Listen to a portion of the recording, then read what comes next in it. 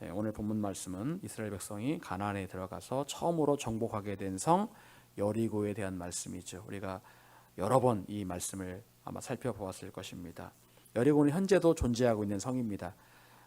대략 기원전 BC 9,000년 전부터 존재하던 성이죠. 예수님께서 이 땅에 오시기 전 9,000년 전부터 존재하던 그 도시가 바로 여리고 성입니다. 그래서 세계에서 가장 오래된 도시라고 그렇게 알려져 있는 곳입니다. 현재도 존재하고 있죠. 그리고 고고학적으로 연구를 해보면 그 예전에 무너졌던 그 여리고 성이 지금도 발굴이 되고 있다고 합니다. BC 9,000년 전에 무너졌던 BC 9,000년이 아니죠.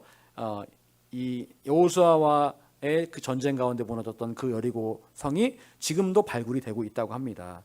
여러분, 그런데 이스라엘 백성들은 여리고 성을 어떻게 점령을 하게 되었을까요?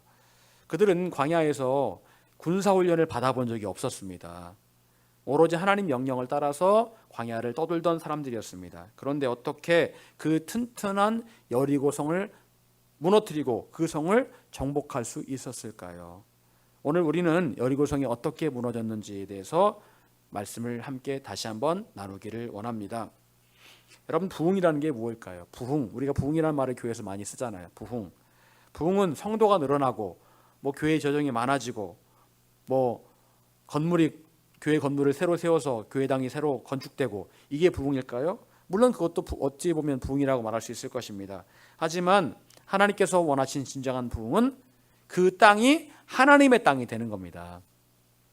저는 우리 교회가 이 땅을 변화시키기를 소망합니다. 이 땅에 저쪽 안개마을 쪽에 예수 믿는 사람이 거의 없고 다 절 다니고 미신을 숭배하고 있는데, 저 사람들이 다 예수 믿고 구원받으면 이것이 부흥입니다. 그리고 이 3개 지역의 많은 영혼들이 예수 믿고 구원받으면, 그러면 이 땅에 부흥이 임한 것이라고 생각을 합니다.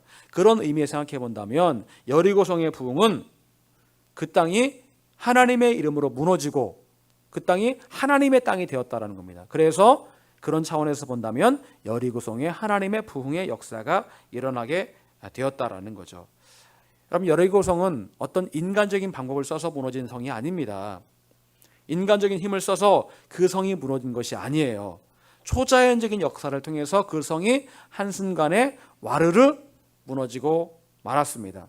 많은 경우 하나님께서 이스라엘 백성들에게 힘을 주셔서 전쟁할 힘을 주셔서 지혜를 주셔서 전쟁에 싸워서 이겼는데, 이번 경우는 그냥 무너져 버린 거예요. 성이요. 어느 날 갑자기 성이 그냥 무너져 버린 겁니다. 그야말로 기적, 과학적으로 이해가 안 되는 그런 일들이 벌어졌다는 거죠. 여러분, 지난주에 우리가 기본과 이스라엘 군대에 대한 이야기를 지난주에 살펴보았는데요. 지난주에도 정말 초자연적인 역사들이 일어났죠. 여호수아가 기본을 위해 싸우는데 여호수아가 어떻게 했습니까? 그래, 해야 중천에 머물러라, 달아 너는 아얄론 골짜기에 머물러라 라고 이야기를 합니다. 선포를 합니다. 그런데 정말로 해가 중천에서 내려오질 않는 거예요. 그리고 달이 뜨지 않는 겁니다. 그런 역사들이 일어났습니다. 초자연적인 역사가 일어났죠. 여러분, 그게 가능합니까? 지구가 공전을 하고 있는데 태양 주위를 돌고 있는데 그게 가능해요? 그 순간만큼은 지구가 공전을 멈췄다라는 거예요. 그 순간만큼은 지구가 가만히 서 있었다는 얘기입니다. 하나님께서 그런 놀라운 초자연적인 역사를 일으키신 거죠. 여러분, 우리는 하나님의 역사를 우리의 머리로 제한할 때가 있습니다. 이건 하나님 거야. 이건 내가 해야지. 이건 하나님 못 하실 거야. 그리고 내가 할 수 있을 만큼 한 다음에 하나님께 기도하면 되겠지 라고 생각합니다. 하나님의 역사는 언제나 뒷전으로 밀어놓는다라는 거예요. 우선은 내 힘으로 한번 해보겠다라고 말을 한다라는 거죠. 여러분, 그건 진짜 믿음이 아닙니다. 진짜 믿음은요, 하나님만을 믿는 겁니다. 하나님의 역사만을 기대하는 거예요. 나의 힘으로 내가 뭔가를 하려고 하지 않고 하나님께만 맡기는 것이 진짜 믿음이죠. 하나님께서는 여리고를 정복하기 위해서 여호수아에게 당부하신 말씀이 있었습니다. 무엇이었을까요? 일주일 동안, 7일 동안 여리고성을 돌아라. 매일매일 한 바퀴씩 돌아라. 그리고 마지막 날에는 7바퀴를 돌고 소리를 질러라. 그러면 여리고성이 무너지게 될 것이다. 여러분, 성을 돈다고 그 성이 무너질까요? 이거는 정말 황당한 이야기죠. 성을 무너지고 성을 향해서 소리를 야 하고 지른다고 성이 무너집니까? 말도 안 되는 그런 이야기죠. 그런데 하나님께서 이걸 말씀하십니다. 여러분, 이것은 무슨 의미일까요? 왜 성을 7일 동안 돌고 소리를 지르라고 말씀하셨을까요? 이건 의미는 무슨 의미일까요? 이것은 하나님께서 내가 하겠다라는 거예요. 너희들은 개입하지 말아라. 너희들이 할 일은 따로 있고 이 성을 무너뜨리는 일은 내가 할 일이다. 하나님의 방법으로 하나님의 때에 하시겠다라고 그렇게 말씀하신 거예요. 하나님께서 7일의 시간을 정하셨고 그 7일의 시간이 지난 다음에 그 성을 무너뜨리시겠다. 그리고 여리고성을 돌고 난 다음에 내가 그 성을 무너뜨리겠다라고 말씀하신 겁니다. 여러분, 하나님께서 행하신 일에는 하나님의 방법과 하나님의 시간이 있습니다. 하나님의 방법, 하나님의 시간이 있다라는 거예요. 그런데 그 하나님의 방법과 시간은 때로 우리가 머리로 이해할 수가 없다라는 거예요. 우리는 생각하기를 굳이 여리고성을 돌 필요가 있을까? 힘들게 7일 동안 돌 필요가 있을까? 그런 생각이 듭니다. 굳이 어차피 하나님께 무너뜨리실 건데 굳이 그렇게 할 필요가 있을까? 라는 생각이 들지요. 하지만 그 이해할 수 없는 그 일 가운데 하나님의 분명한 계획이 있었다라는 거죠. 여러분, 믿음이 뭘까요? 믿음이 뭘까요? 믿음이란 이해하는 게 아닙니다. 믿음이라는 건 이해하는 게 아니에요. 어떤 목사님이 그 말씀 하시더라고요. 저도 동의를 많이 했는데 믿음은 이해하는 게 아닙니다. 우리의 머리는요, 자꾸만 무슨 일이든지 이해를 하려고 합니다. 이해가 되면 내가 그거를 믿고 이해가 안 되면 내가 못 믿겠다라고 말합니다. 이해가 안 되네? 하나님 살아계신 거 아닌가 봐? 이해가 되면 고개를 끄덕거리면서 이해가 되니까 이거는 맞는 것 같네? 라고 생각을 합니다. 머리로 생각해 보아서 이해가 안 되면 그래서 무슨 말이든지 따르려고 안 합니다. 여러분 그런데 문제는 하나님께서 행하시는 일에 대해서도 머리로만 이해하려고 한다는 거예요. 생각해 보아서 이해가 되면 믿겠다, 믿습니다, 아멘이라고 말을 하지만 이해가 안 되면 고개를 갸웃거리면서 이게 과연 맞는 말인가? 라고 생각을 합니다. 여러분, 세월호가 2014년에 있었나요? 엄청 많이 죽었잖아요. 지금까지 이제 그 얘기가 나오고 있는데, 여러분, 세월호 사건 때 목사님 아들도 죽었답니다. 목사님 아들도 죽었는데 그때 아이들이 고2였잖아요. 근데 여러분, 그 목사님 입장에서 이해가 될까요? 내 아들이 갑자기 침몰하는 배에 갇혀서 익사를 한 거예요. 그리고 몇 달 동안 몇 달인가요? 몇 달 동안 못 찾고 있다가 나중에 꺼내봤더니 다 뼈밖에 안 남고 아예 못 찾는 시신도 있고 막 그랬다고 생각을 해보십시오. 얼마나 가슴이 찢어지고 아프겠습니까? 여러분, 그때 누가 그런 그림을 그려놨더라고요. 하나님의 손이 이렇게 있는데 하나님의 손이 세월호를 딱 끄집어내 이렇게 내는 그런 손을 누가 그려놨더라고요. 하나님께 이렇게 하셨다면 얼마나 좋았을까? 여러분, 정말 그렇죠. 우리는 못하는데 하나님께서 그 세월호 침몰하는 배를 딱 잡고서 끄집어내시면 얼마나 좋을까? 그런 생각이 들잖아요. 사람들은 그렇게 얘기를 했을 겁니다. 하나님 살아계시면 이럴 수가 없다. 하나님 살아계시면 어떻게 그 많은 사람들이 한 번에 그렇게 침몰하는 배에서 익사할 수가 있느냐라고 말을 했을 겁니다. 그리고 이해가 안 되니까 하나님은 살아계시지 않아. 이해가 안 되기 때문에 하나님 살아계시지 않아라고 그렇게 말을 했던 사람들이 분명히 많이 있었을 겁니다. 여러분, 아브라함 75세에 하나님의 약속을 받습니다. 그런데 몇 세 아들 낳았습니까? 100세 아들 낳았죠. 25년의 시간이 필요했습니다. 이해가 되십니까? 아니, 바로 그냥 아들을 주시면 되잖아요. 주신다고 했으면. 그런데 굳이 25년을, 더군다나 할아버지한테 25년을 기다리게 하셨으니 이해가 됩니까? 이해가 안 돼요. 여러분, 욥은 하나님께 자랑하시던 사람이었습니다. 그런데 욥에게 어느 날 어떤 일이 닥칩니까? 12자녀가 하루아침에 지붕이 무너짐으로 다 그냥 압살을 당한 거예요. 한 명도 남지 않고 다 그 자리에서 직사를 한 겁니다. 그리고 욥의 몸에 종기가 났는데 얼마나 가려운지 기와 조각으로 자기 몸을 벅벅 긁어도 시원함이 느껴지지 않을 정도로 그렇게 가렵도록 내버려 두신 거예요. 여러분 그 상황이 이해가 되십니까? 하나님 앞에 완전한 자, 하나님을 기쁘시게 했던 자 욥에게 그런 일이 벌어졌다. 이해가 되십니까? 이해가 안 돼요. 보통 사람 같으면 그런 상황에서 야 하나님이 어디 계셔? 내가 하나님께 그렇게 열심을 다했는데 나에게 고작 주신다는 것이 자식들 다 데려가는 것이고 내 몸에 이런 극심한 피부병을 주시고 내 재산 다 사라지고 내 마누라는 도망쳐버리고 이게 하나님께 나에게 하실 일인가? 이해가 안 돼. 하나님 살아계신 거 아니야 라고 분명히 보통 사람들은 그렇게 말을 할 거예요. 여러분 저도 때로 그런 질문을 할 때가 있습니다. 하나님 왜 굳이 저에게 이렇게까지 하십니까? 왜 굳이 저에게 이렇게까지 하십니까? 저 그렇게 하지 않아도 하나님 잘 믿고 하나님 잘 따를 텐데 왜 굳이 저에게 이렇게까지 하십니까? 제가 그렇게 잘못했습니까? 하나님 제가 도대체 뭘 그렇게 잘못했습니까? 그런 기도한 적 진짜 많아요. 하나님 제가 도대체 제가 뭘 그렇게 죽을 죄를 지었길래 저한테 이렇게 하십니까? 여러분 그런 기도할 때 있죠. 기도가 아닌 그런 한탄을 할 때가 있죠.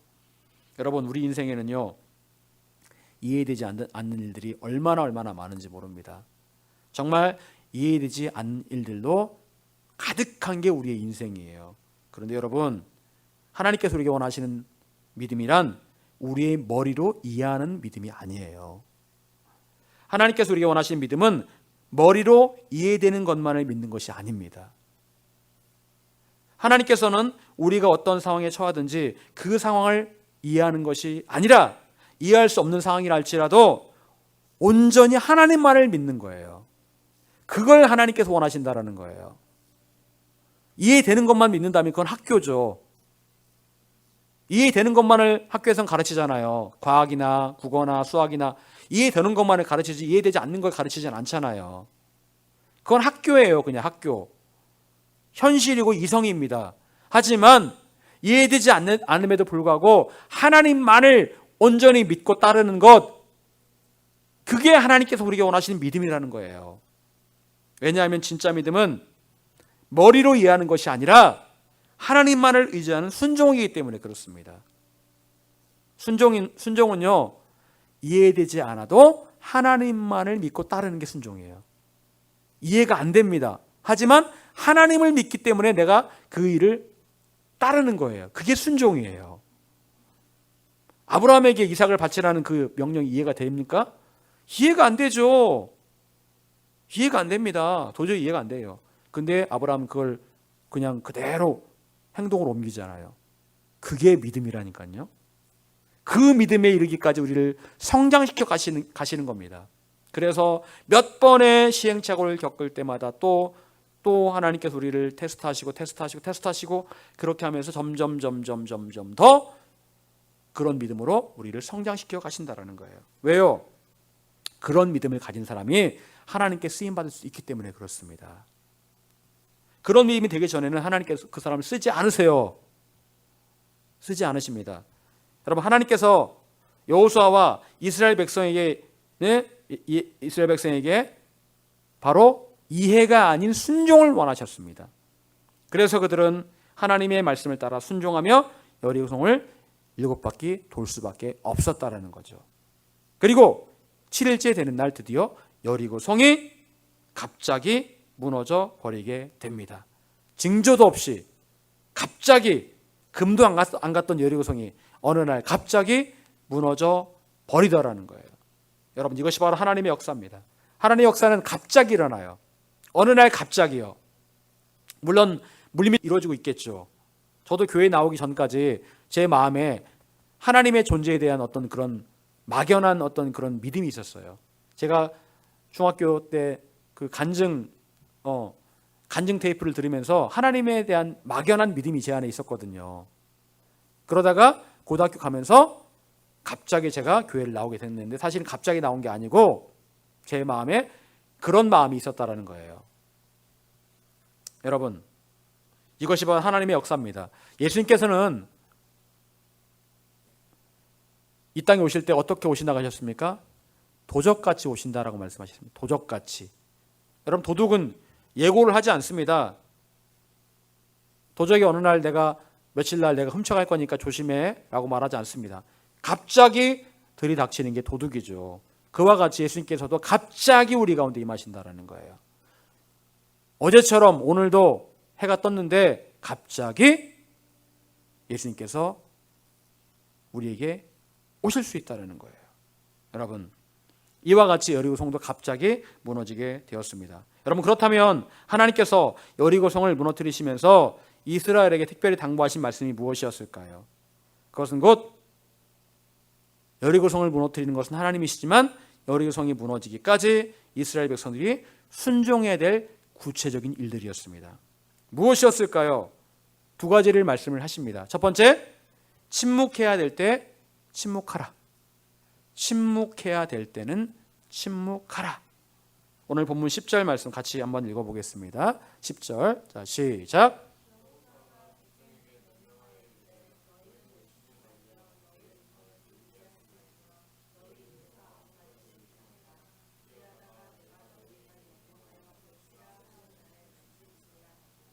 아멘. 자, 하나님께서 이스라엘 백성이 첫 번째 말씀하셨던 것은 아무 너희의 음성을 들리게 하지 말고 외치지도 말고 입에서 아무 말도 내지 말아라.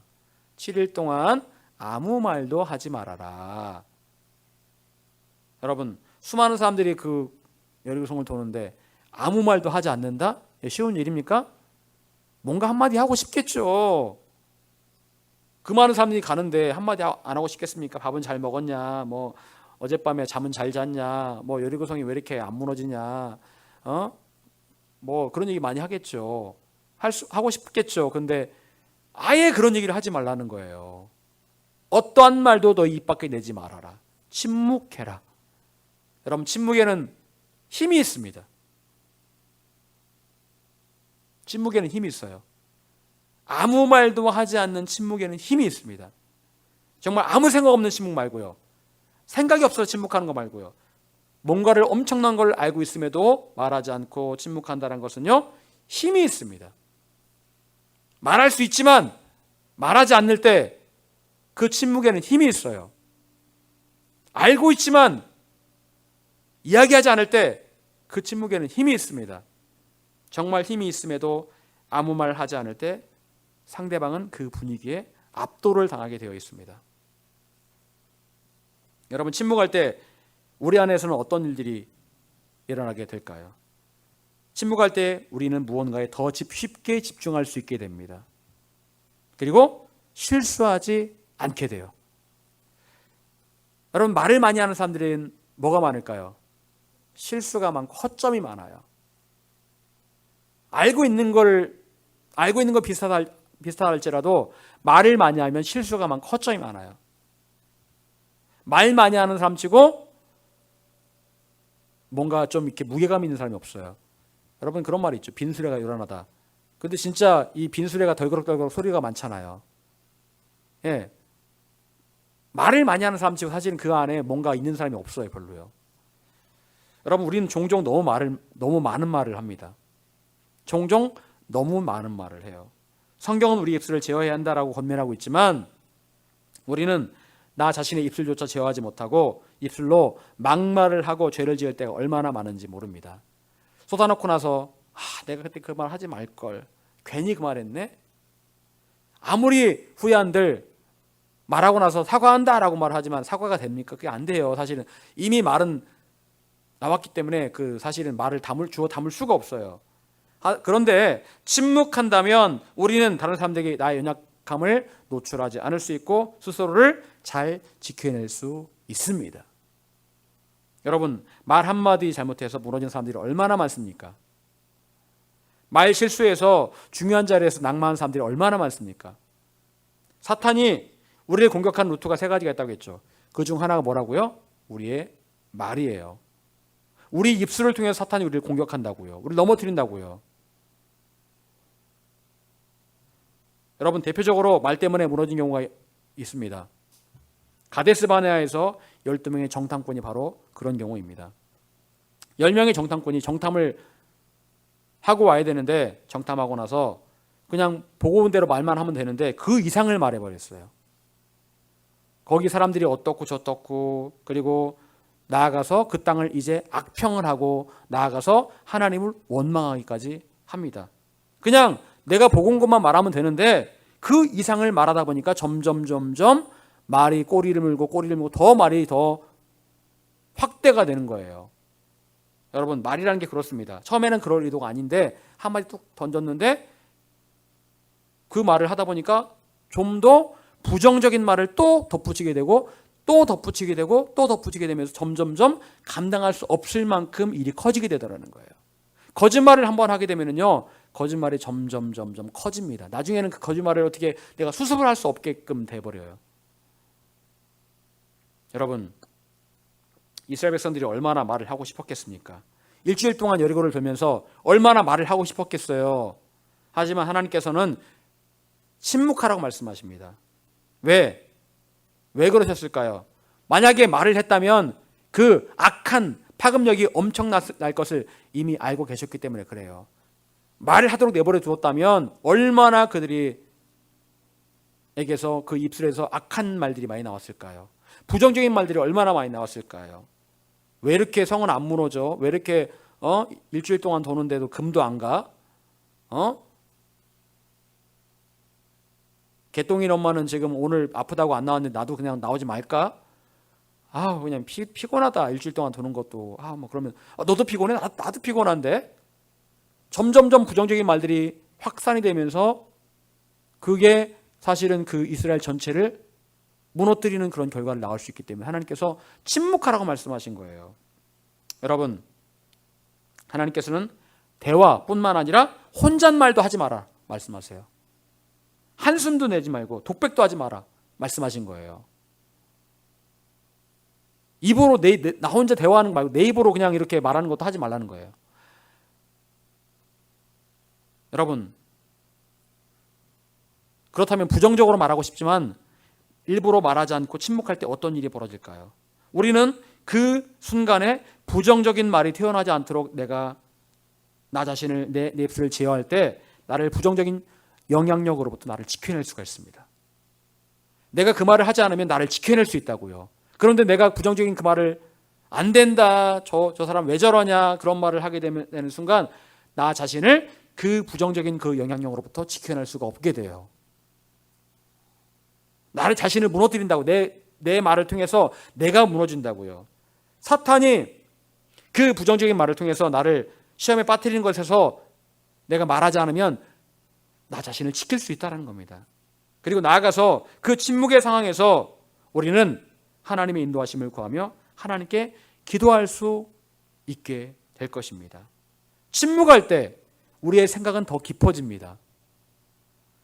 침묵할 때 우리는 말하는 것 대신 침묵할 때 생각이 깊어져요. 마음이 깊어집니다. 야고보서 1장 19절, 내 사랑하는 형제들아 너희가 알지니 사람마다 듣기는 속히 하고 말하기는 더디하며 성내기도 더디하라. 사람마다 듣기는 속히 하고 말하기는 더디하며 성내기도 더디하라. 무슨 말입니까?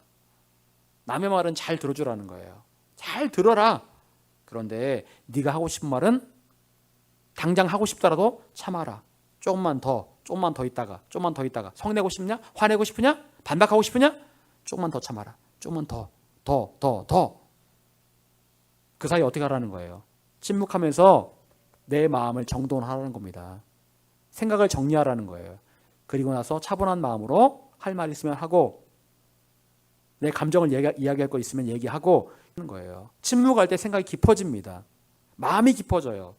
여러분, 하지만 많은 사람들은 이와는 반대로 합니다. 남의 말 듣기는 대충 듣고 내 말 하는 것에는 빠릅니다.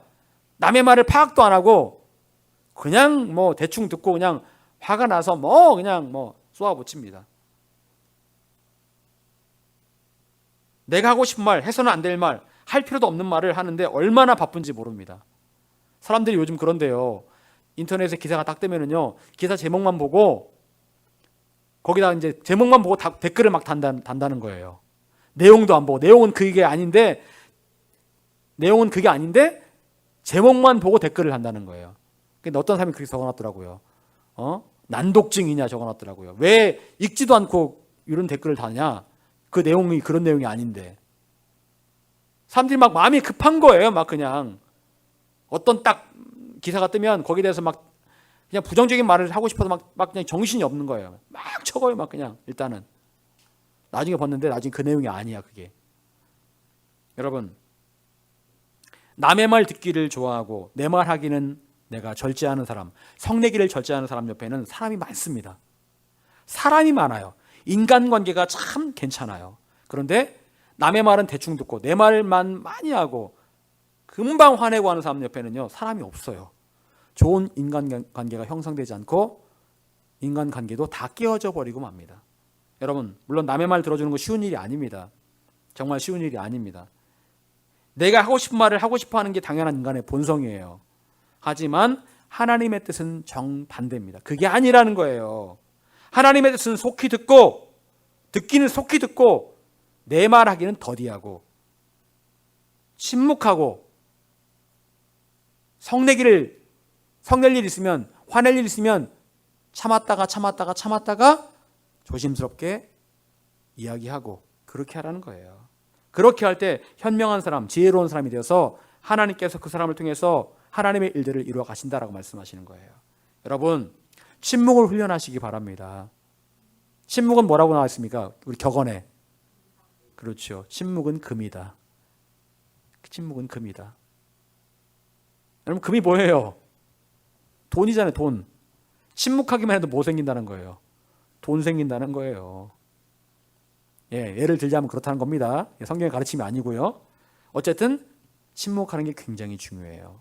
정말 내가 막 이 말 하고 싶어. 말하고 싶어요. 막 참으세요. 조금만 더 생각해 보세요.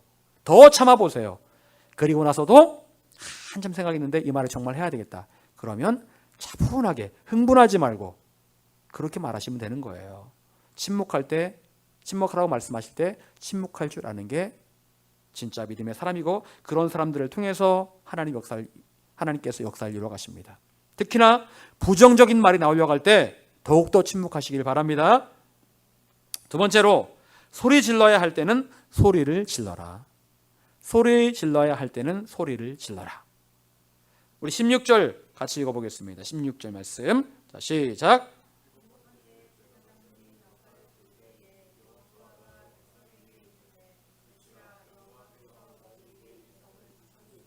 아멘. 외치라! 외치라! 라고 말씀하십니다. 하나님께서는 언제까지나 침묵하라고만 말씀하지 않으셨어요. 그냥 쥐죽은 듯이 살아라, 이게 아니에요. 소리를 질러야 될 때는 소리를 질러야 된다. 언제? 마지막 날 7번째 성을 돈 이후에 나팔을 불 때는 크게 소리를 질러라. 그리고 하나님 말씀대로 소리를 크게 지를 때 눈앞에 있던 견고한 여리고성이 여지없이 무너지는 것을 볼 수 있었습니다. 여러분, 우리도 소리를 질러야 될 때가 있습니다. 그것은 바로 우리 앞에 무너져야 될 견고한 성벽이 있을 때예요. 우리 앞에 무너져야 될 견고한 성벽이 있을 때 우리는 소리를 질러야 됩니다. 사람이 아니에요. 성벽입니다. 보통은 사람을 향해 소리를 지르죠? 야! 너 나한테 그럴 수 있어? 사람을 향해 소리를 지르죠? 어디를 향해 소리를 지르라고요? 성벽을 향해, 성을 향해 소리를 지르라는 거예요. 무너져야 될 그 견고한 성, 그 성을 향해 소리를 질러라는 거예요. 우리의 가정에 여리고 성처럼 견고한 성벽이 버티고 있습니다. 우리 직장에도 학교에도 우리를 가로막는 여리고성이 있습니다. 우리 앞에 여리고성은 도저히 무너질 것처럼 보이지 않지만 우리가 큰 함성으로 외친다면 그 난공불락의 성이 무너지는 역사가 일어나게 될 것입니다. 우리는 오랜 시간 동안 내 앞에 여리고성이 무너지도록 기도해 왔습니다. 하나님, 이 성을 무너뜨려 주시옵소서 기도해 왔어요. 그리고 어느 날 하나님께서 이제 외쳐라 라고 말씀하신다면 큰 소리로 외치며 기도할 수 있어야 됩니다. 하나님께 말씀하신 때가 되면 우리는 여리고성이 무너지도록 선포하며 기도해야 돼요. 여러분, 우리는 언제까지 침묵할 수 없습니다. 하나님께서 여리고성을 무너뜨리실 때가 되면 더 이상 침묵만 해서는 안 됩니다. 그때가 되면 하나님의 이름으로 큰 소리로 여리고성을 향해서 외치고 선포해야 됩니다. 여리고성아 무너져라! 큰 외침으로 그 성이 무너지도록 기도하고 선포해야 됩니다. 침묵함으로 기도할 때가 있고 소리질러 기도할 때가 있어요. 소리를 지르고 외치며 선포해야 될 때가 분명히 찾아옵니다. 예수님께서는 제자들에게 말씀하시기를 시험에 들지 않게 깨어 기도하라고 말씀하셨습니다. 지금은 기도할 때다 라고 말씀하셨어요. 그리고 예수님께서 땀방울이 핏방울이 되도록 기도하셨습니다. 바로 그때는 무슨 기도를 해야 될 때라는 거예요. 땀방울이 핏방울이 되도록 뜨겁게 기도해야 될 시간이라는 거예요. 그런데 제자들은 그 시간에 전부 다 잠을 자고 있었습니다. 그 시간만큼은 소리질러 기도해야 될 때였는데 제자들은 그 시간에 잠을 자고 있었습니다. 기도해야 될 때, 소리질러야 될 때 소리 지르지 않고 침묵하면서 잠을 자고 있었어요. 그렇게 했을 때 그들은 결국 시험에 빠질 수밖에 없었다는 거죠. 여러분, 하나님께서 우리에게 소리질러 기도하라고 말씀하시는 때가 언제일까요? 언제일까요? 저는 지금이 바로 그런 때라고 생각합니다. 지금이 바로 그런 때예요. 여러분의 눈앞에 있는 그 여리고성을 향해서 선포하며 기도할 때가 바로 지금입니다. 지금이 바로 마지막 때고요. 지금이 바로 우리가 기도하며 소리지르며 기도할 때입니다. 지금은 숨을 고르며 침묵할 때가 아닙니다. 지금은 소리질러 기도할 때입니다. 사람 앞에는 침묵하되 여리고성 앞에는 소리질러 기도해야 되는 거예요. 우리 앞에는 여리고성이 무너지도록 소리를 지르고 선포할 때입니다. 여러분, 하나님께서 저 여리고성을 무너뜨리시도록 소리 지르며 기도하시기를 바랍니다. 하나님께서 외치라고 하셨으면 외쳐야 되는 거예요. 외쳐야 그 성이 무너질 겁니다. 여러분, 여러분의 믿음으로 외칠 때 여리고성은 무너지게 될 것입니다. 하나님께서 침묵을 말씀하신다면 침묵할 수 있어야 되고, 소리질러 기도하라 라고 말씀하신다면 소리질러 기도할 수 있어야 되는 거예요. 그렇게 할 때 우리 앞에 있는 견고한 여리고성이 무너지는 초자연적인 역사를 보게 될 것입니다. 그럼 사람에게는 웬만하면 침묵하세요. 여리고성 앞에서는 소리질러 기도하시고 선포하시기를 바랍니다. 특히나 부정적인 말들이 나오려고 할 때마다, 그럴 때마다 더 여러분의 입술을 제어하며 침묵해야 됩니다. 또한 부르짖어 기도하고 선포하라고 하신다면 선포하며 기도할 수 있어야 합니다. 그렇게 할 때 우리 앞에 그 어떤 여리고성도 무너지는 역사가 일어나게 될 겁니다. 저 사람 변하겠어? 저거 우리 학교 변하겠어? 나의 직장 변하겠어? 하나님께서 하시면 능히 가능합니다. 하나님은요, 초자연적인 역사도 능히 하시는 분이세요. 무에서 유를 창조하신 하나님, 능히 모든 것들을 가능케 하신 하나님이십니다. 이 하나님의 역사를 믿고 때로 침묵할 때 침묵하고 선포하며 기도할 때 기도하시는 여러분 되시기를 간절히 축원합니다.